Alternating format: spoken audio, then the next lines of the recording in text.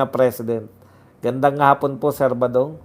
Margas World. Nung wala pang mapaliwanag, kailangan ng bumisita. Yan pa, yung mga paglalakbay sa iba't ibang bansa.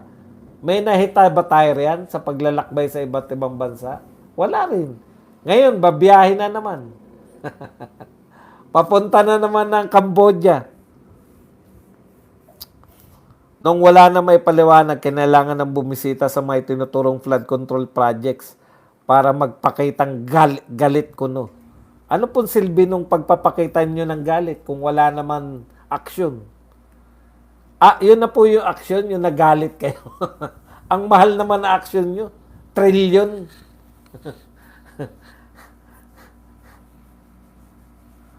Good afternoon, Sir Badong.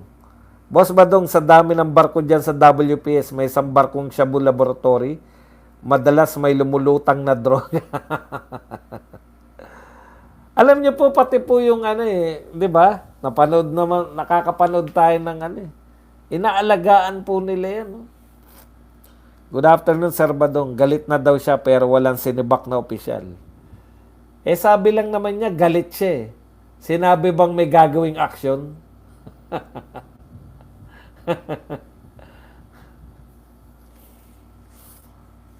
Sir, tanong ko lang, nung tinanggal ni Marcos yung PACC, kinutubang ka, sir, na gun si Marcos? Wala akong ako kasi pagka ako supporter pa tayo nun dahil si BP Sara Hindi pa bumabaklas Hindi pa nila sinisiraan si BP Sara Pag supporter ka, ako kasi todo ko Supporter mo ko. Todo support ako. Pinagtatanggol ko pa nga yan sa di ba pinagtatanggol ko pa yan? Ang hirap po ipagtanggol, promise. Yung sa sibuyas, pinagtatanggol ko pa yan, sabi ko. Ito naman si Kiko, syempre mura sibuyas dyan sa Phuket, Thailand. Kahit wala naman siya sa Phuket, Thailand lang. Pinagtatanggol ko pa Kaya lang hirap pagtanggol. Sabi ko, kailan kaya hiwala ito sa BP Sara na mabanata na natin to? Hindi pa humihiwalay si BP Sara nung sinimula na siyang tirahin dyan sa confidential fund. Tirahin na natin to. Ito na yung hinihintay kong pagkakataon. Kuya, pinagtanggol mo pang Maharlika Fund, di ba? Opo, pinagtanggol ko yung Maharlika Fund. Maganda kasi kung hindi magnanakaw. Ako naniniwala ako rin sa Maharlika Fund kasi kung hindi nanakawin, putya, kung magnanakaw yung hawak, kahit na gaano kaganda yan. Kasi po, may available na pera yung gobyerno. Kukunin mo para imbis na uutang ka. Halimbawa, magpapatayo ka ng tulay. Imbis na uutang ka na may tubo, eto ng pondo na nalikom mo mula sa iba't iba. Bangko yan, atin yan. Di ba?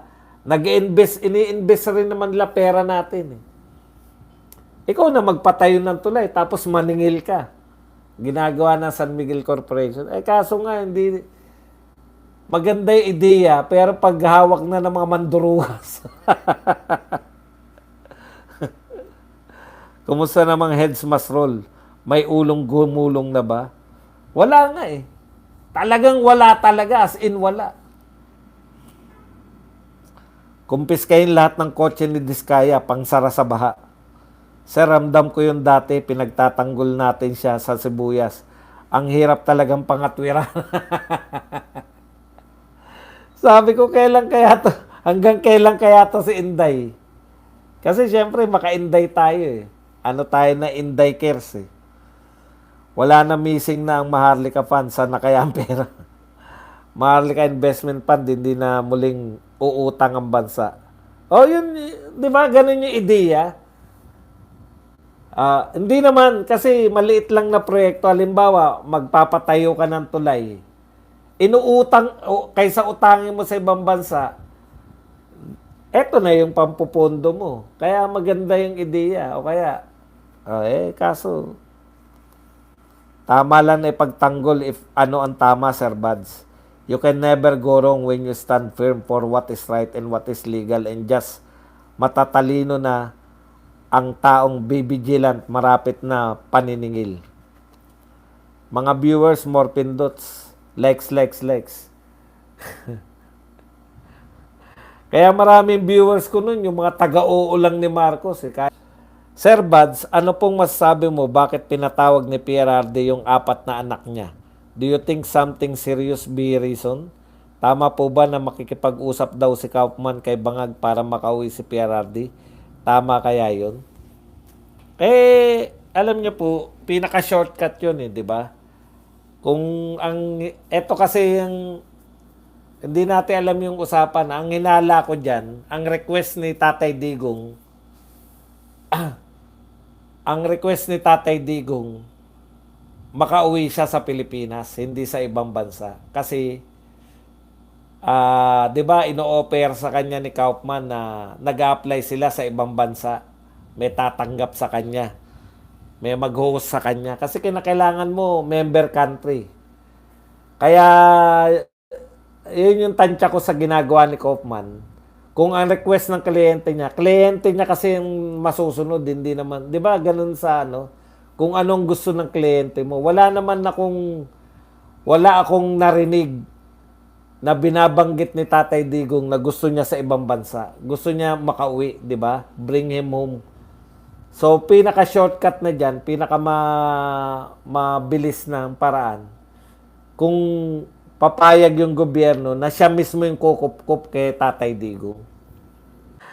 Gusto nilang patakbuhin si Torre, no? Ang problema, Dilima at sa mga dilawan, yung popularidad ni Torre, ano lang yan saglitan lang. Alam mo yun, yan yung mga popularidad na makakalimutan na pagkatapos nitong buwan na to. Tandaan nyo, dapat ganun nag-a-adjust din yung mga politiko, no? Nag-a-adjust din na sa yung ambilis ng memorya ng mga tao. Pag nagagalit ka, pumapasok mga marites. Para wag may HB si Boss Bad, 6 cents. Yan. Boss Bad, sa panood mo ba si Ben Tulfo? Ang sabi niya, wala daw mangyayari sa investigasyon ng Blue Ribbon ni Senator Marcoleta. Di tignan mo na lang, Ben Tulfo. Masama ba loob mo? Si Marcoleta wala sa... Si Marcoleta kasi wala sa mga survey. Maraming survey na hindi mananalo si Marcoleta Si Ben Tulfo, pucha, laging top 5 yan Bawi ka na lang, Ben Tulfo. Si Torre nagpapataas ng value kaya dumaan kay Sabaquin para mabigyan siya ng magandang deal ni BBM. Magandang hapon po, Sir Badong, Emily. BV, malapit ka lang pala, Sir Bad, sa studio ng Birada Aguila. Margas World, pinapalutang ng mga dilaw na magiging politiko si General Torre sa 2028.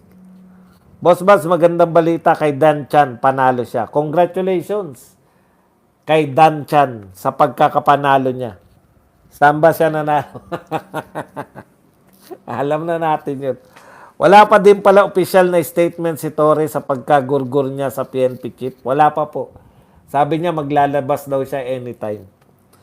Push natin yan, Sir Bad. Sara Marcoleta for 2028. Ako po, hindi po ako magpupush. Sara Duterte po ako. Kung sino po ka-partner ni Sara Duterte, yun po ang aking Vice President. Mahirap po yan mag-push po ako ngayon. Si Sara Duterte po ang tatakbong presidente. Siya na rin po ang, alam nyo, pag nagsimula kayo ng ganyan, magsisimula kayo ng mga kagalit Paano yung may gusto? Ito yung Vice President. Paano yung may gusto? Si Sara Go. Di ano kagad yan. O kaya Sara Isko. May kaaway kagad kayo.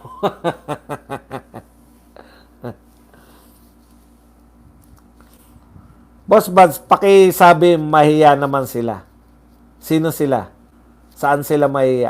Yung kay BBM, mahiya naman kayo. Ang gusto ko malaman, boss, bakit nakikipagkita kay Dilima ngayon? May gusto ba siyang iparating sa dati niyang boss doon? Pwede. Pwede namang may na ito yung kumakalinga sa akin. Gusto ipakita ni Torre na etong mga dilawan ng kumakalinga sa akin. Ngayon, tinablan nyo ako.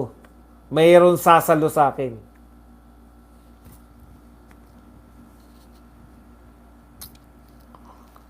Hindi ako pabor na mawala si Marcoleta sa Senate. Mahalaga siya na nandun.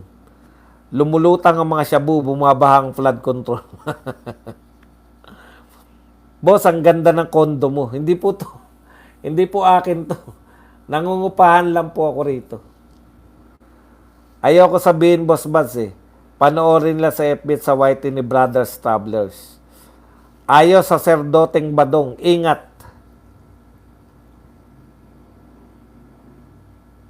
Ingat sa divide and rule.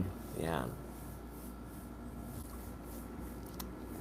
Boss Bads, totoo ba yung kumakalat sa social media tungkol sa paghain ng warrant kay BP Sara sa mismong Office of Vice President? Paghain ng warrant, nasa ibang bansa po si BP Sara. Malamang hindi totoo yan. Naroon po siya sa dahig.